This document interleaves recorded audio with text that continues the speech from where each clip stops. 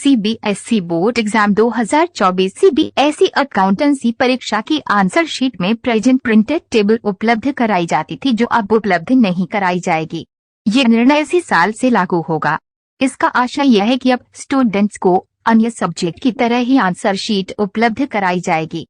Copy में कोई table नहीं होगी। बोर्ड परीक्षा 2024 में शामिल होने वाले छात्रों को सलाह दी जाती है कि वे इस बात का ध्यान रखें। एजुकेशन डेस्क, नई दिल्ली।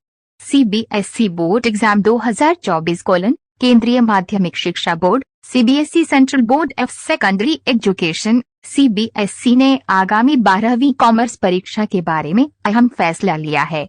बोर्ड ने कहा है कि 12वीं अकाउंटेंसी एग्जाम में मिलने वाली आंसर शीट भी अन्य सब्जेक्ट की उत्तर पुस्तिका की तरह ही होगी। दरअसल पहले सीबीएसई अकाउंटेंसी परीक्षा की आंसर शीट में प्रेजेंट प्रिंटेड टेबल उपलब्ध कराई जाती थी, जो अब उपलब्ध नहीं कराई जाएगी। ये निर्णय इसी साल से लागू होगा। इसका आशय यह है कि अब स्टूडेंट्स को अन्य सब्जेक्ट की तरह ही आंसर शीट उपलब्ध कराई जाएगी। कॉपी में कोई टेबल नहीं होगी।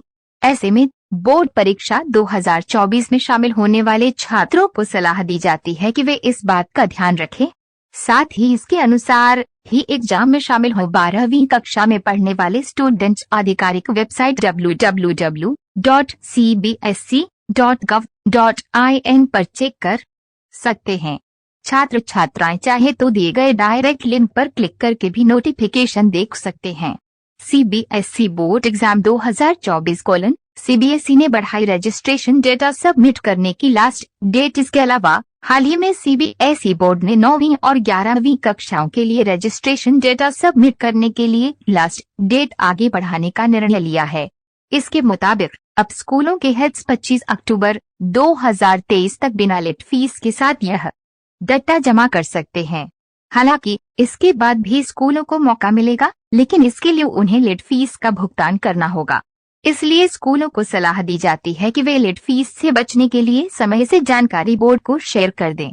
इसके बाद दूसरा मौका नहीं दिया जाएगा, इसलिए इस बात का ध्यान